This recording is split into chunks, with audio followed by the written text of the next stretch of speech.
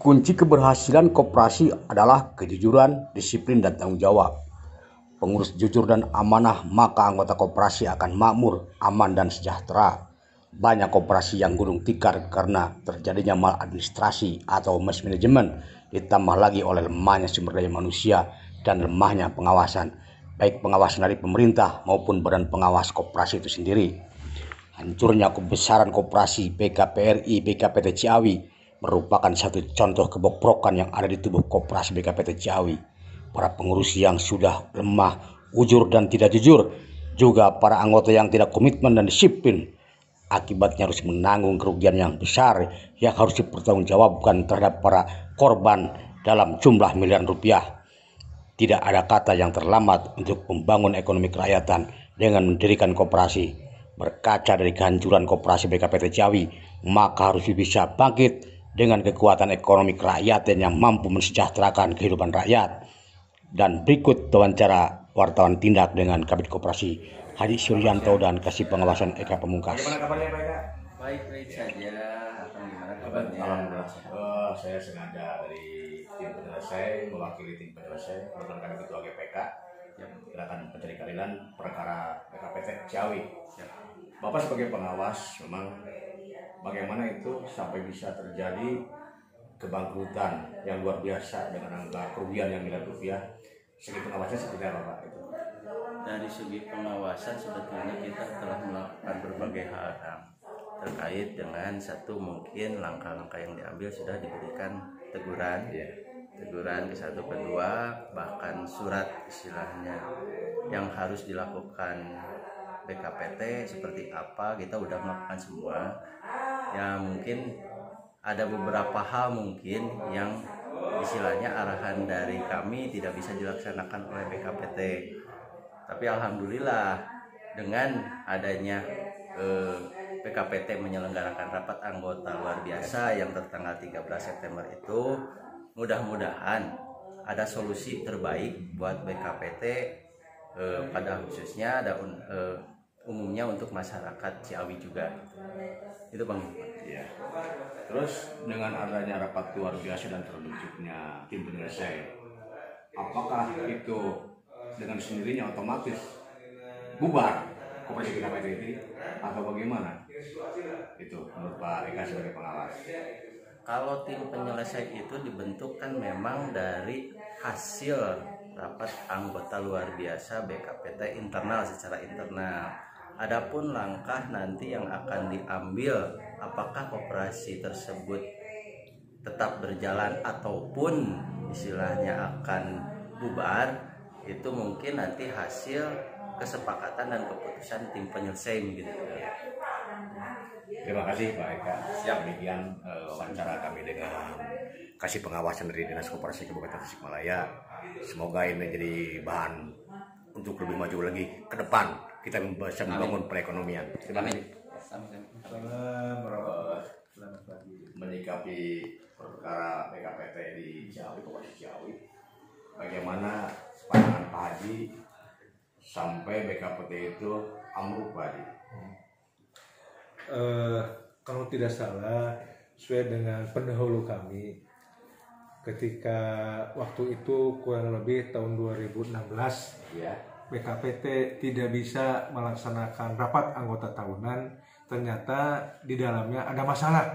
Nah, masalah ini ternyata adanya pengurus yang secara administrasi dan yang lainnya tidak dapat menyelesaikan apa yang seharusnya dilaksanakan. Gitu.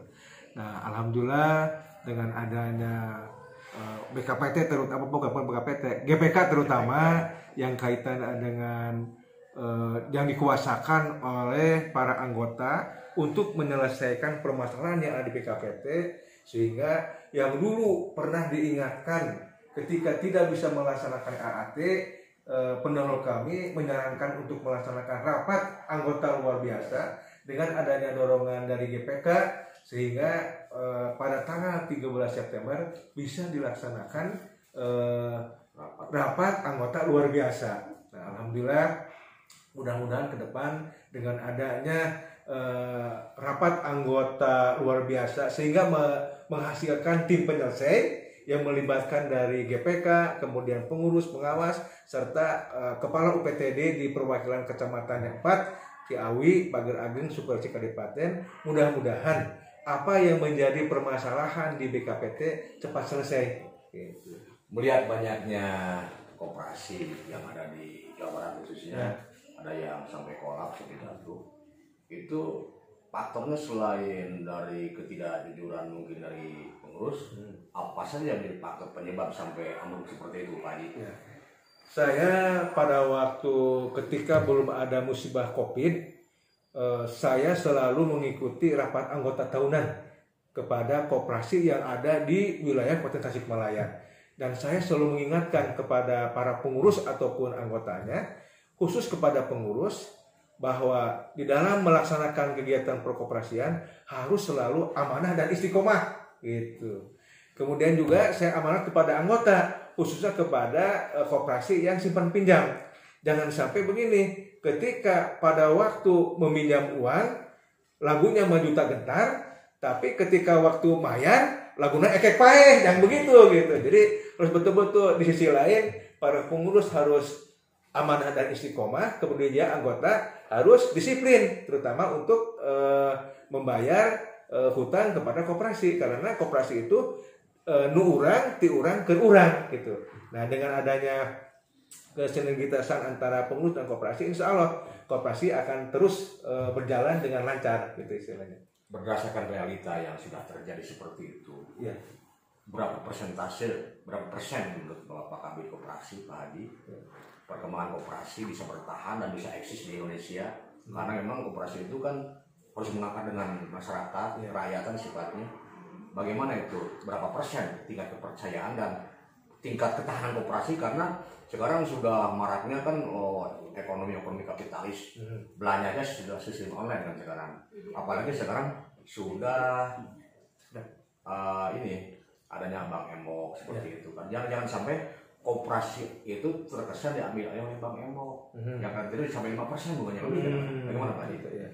Ya, sebenarnya kalau kita menyikapi apa yang terjadi di masyarakat sekarang dengan adanya Bank Emok, ya masyarakat harus cerdas. Apakah ada Bank Emok tiap tahun memberikan SAU? Tidak ada gitu ya. Yang ada hanya di koperasi gitu.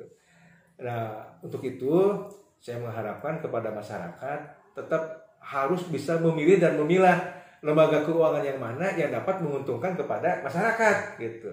Banyak kan kalau tidak salah saat ini dengan adanya Bank Emok antara suami istri itu bertengkar, bahkan ada yang bercerai gitu di acaranya gitu. Nah, barangkali saya mengharapkan kepada masyarakat yang ada di khususnya di Kabupaten Tasikmalaya harus dapat memilih dan memilah lah, memilih dan memilah lembaga keuangan yang mana bisa menguntungkan kepada yang bersangkutan gitu di antaranya.